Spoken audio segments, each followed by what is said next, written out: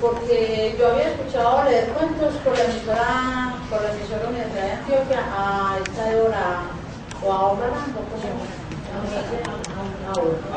no, me parecía espectacular, pero que me lo estuvieran ya leyendo en vivo y en directo, fue espectacular. Cuando uno cae en una cárcel, lo único que usted piensa es o en salir en libertad o en morirse, porque si usted no sale en libertad, pues entonces ¿por qué no me muero? Pues si yo no me voy de aquí, ¿por qué no me muero?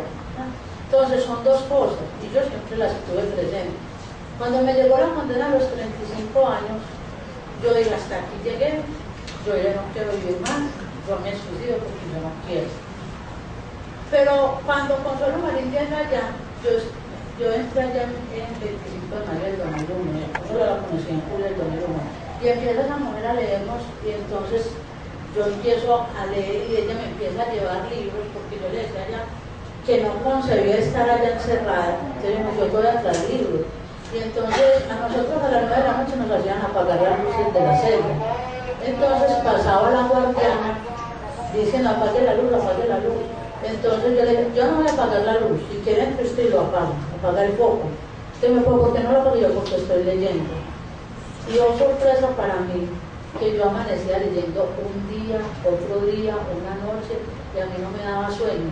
Yo era capaz de leer un libro completo en 3 días, día y noche. Y siempre reté a la guardia y a los cabos a que entraran y apagaran el foco, porque yo no lo iba a apagar, porque yo no iba a dejar de leer. ¿Y saben por qué yo no dejaba de leer? Porque era la única forma de ser libre. Yo me metía en un libro y yo no estaba en la cárcel. Yo no sentía la guardia, yo no sentía esos años, yo no sentía ese encierro. Entonces yo no apagaba ese foco, porque me da terror dejar de leer. Entonces fue tan grande porque yo algún día de niña deseé ser escritora, y resulta ya que fui escritora. El INPE hace unos concursos de cuento y poesía cada año. Entonces yo empecé a escribir cuentos y a escribir poesías, y yo empecé a ocupar el primer puesto. Entonces en ese encierro, y ella me hizo persona. O sea, es que el encierro, lo más duro de un encierro es que vos dejas de ser para la sociedad, dejar de ser para tantas cosas. Pero lo más duro es que la gente que un día creyó en vos y te quería, empieza a dudar de lo que te están sindicando. Entonces vos buscas de qué aferrarte para no dejar de ser, para seguir siendo persona. Y a mí la lectura me hizo persona. Y fue lo único, por lo único. O sea, y eso es lo que tendré que agradecer toda la vida por Conalco a través de sus promotores de lectura. Con ellos aprendí a escribir cuentos, con ellos aprendí a escribir poesía. Empecé a ocupar el primer puesto, entonces ya era alguien dentro de la cárcel. Por lo menos era alguien, porque para la sociedad yo dejé de ser. Y eso ahí no termina, porque usted sale en libertad y pareciera que usted pudiera sacarse de encima. Porque usted sale con las manos muy vacías, porque su proyecto de vida se lo arrancaron. Entonces, para mí es imposible, yo vivo en Envigado, pero es imposible bajar a Medellín y no entrar a Copenhague, así sea darle una vuelta. Así no me reconozca nadie, no me interesa que me reconozca alguien. Pero que yo venga y vea esos libros, o que pase y vea a Nelson, o algunos de los promotores de lectura que iban al Buen Pastor, yo eso lo reivindico y eso todavía me sigue haciendo persona.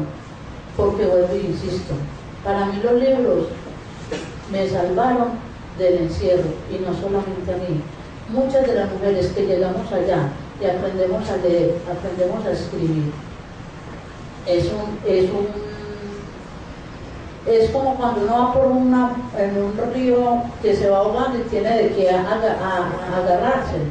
Para mí esos fueron los libros, y esos libros, esa lectura la llevó por un alto, y estaré eternamente agradecida a eso. Adiela tiene un libro publicado que se llama Conteos. Ese libro se consigue publicado por la editorial Conferalco, en la cual están los escritos de varias internas, no solamente del Buen Pastor, sino también un interno de Cómbita que participaron, de Bellavista también, y Conferalco en esos talleres que hace los recopiló y los publicó bajo el nombre de Conteos, que significa que es la actividad que hacen todos los días de contar a los internos y a las internas, y ellas mismas les pusieron el nombre y ahí está el libro. Bueno, y gracias, Adiela. Ahorita volvemos a preguntarte algo. y Sandra Núñez. Bienvenida. Sandra hace un trabajo muy especial, muy bello, con niños que están en situación de calle. Es un proceso completamente diferente. Sandra, ¿cómo se llega donde estos chicos que han perdido las normas, que cuando alguien se les acerca se vuelven las personas próximas a ellos como sus enemigos? Ellos quieren estar alejados de cualquier adulto que les proponga cosas, y ustedes han logrado llegar a leerles libros. ¿Qué pasa ahí? ¿Qué pasa con estos chicos? ¿Cómo es la relación de ustedes como orientadores, como personas que les proponen transformar sus vidas a partir de una lectura? ¿Qué hay ahí, Sam?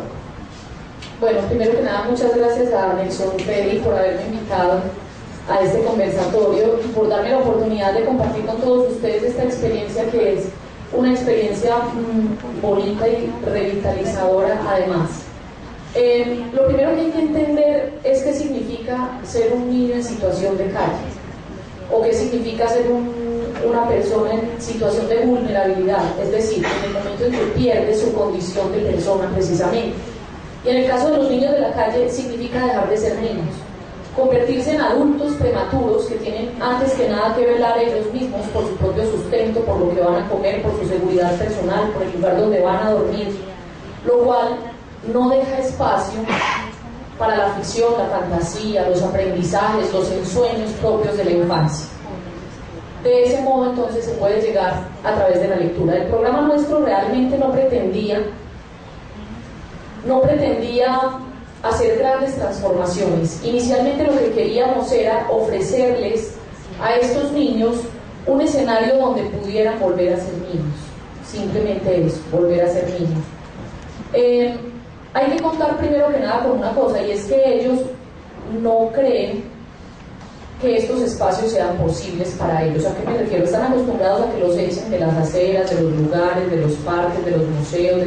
Ellos no van a creer que una biblioteca grande, limpia, bonita, iluminada es un lugar donde pueden entrar, porque están acostumbrados a esa condición de marginalidad.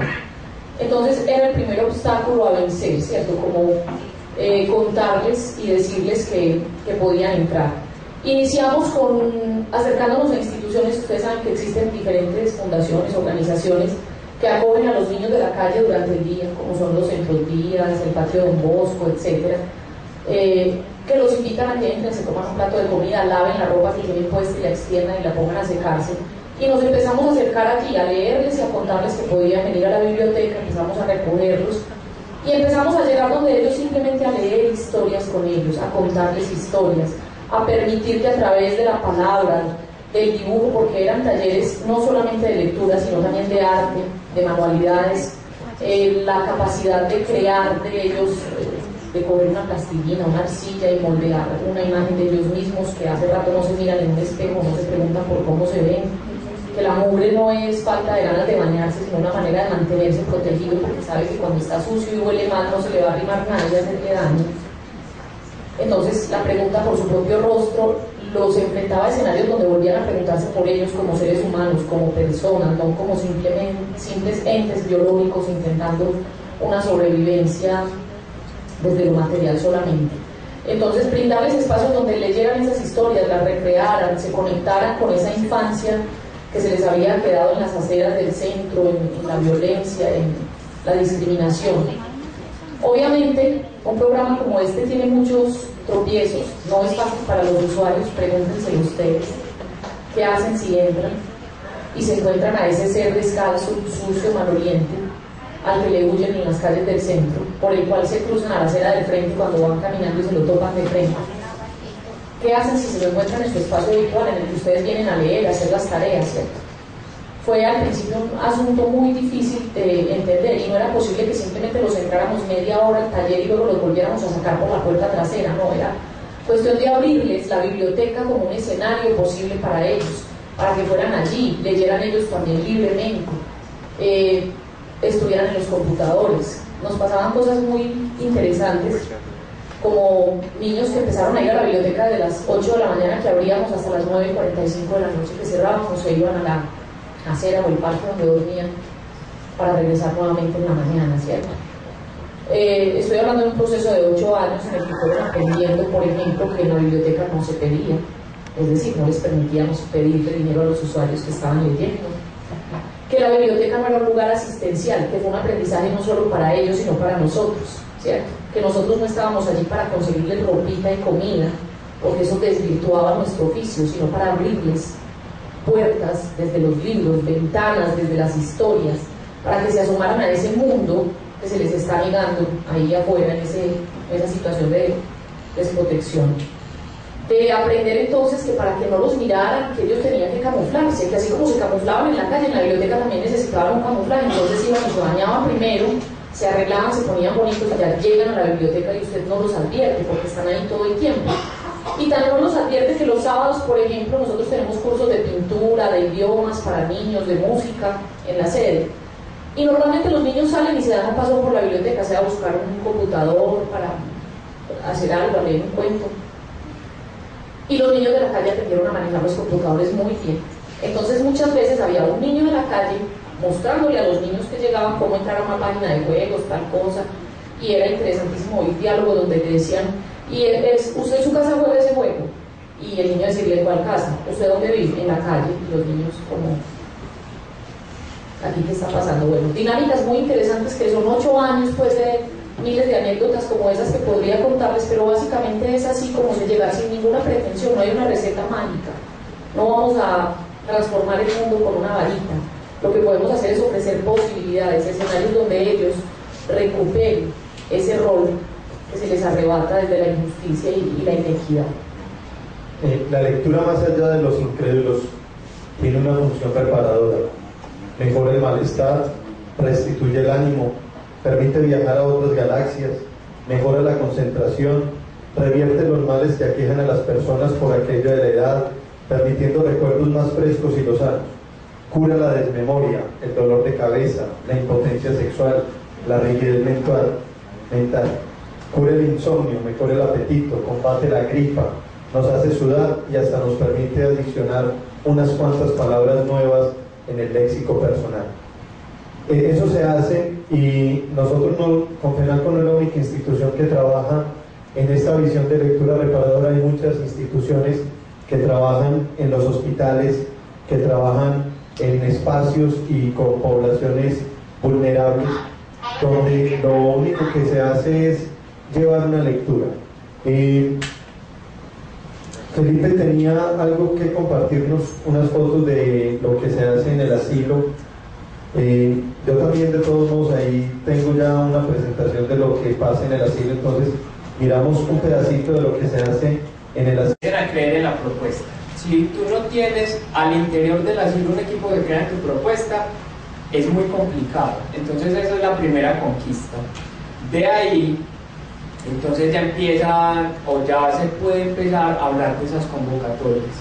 Afortunadamente nosotros, después de un proceso muy largo y con muchos altibajos, hemos logrado, digamos, muy buenos coequiperos al interior del asilo, coequiperos que creen en la propuesta, que se dieron cuenta, porque lo vivieron junto con los usuarios de la colonia, que habría un efecto en estos adultos mayores.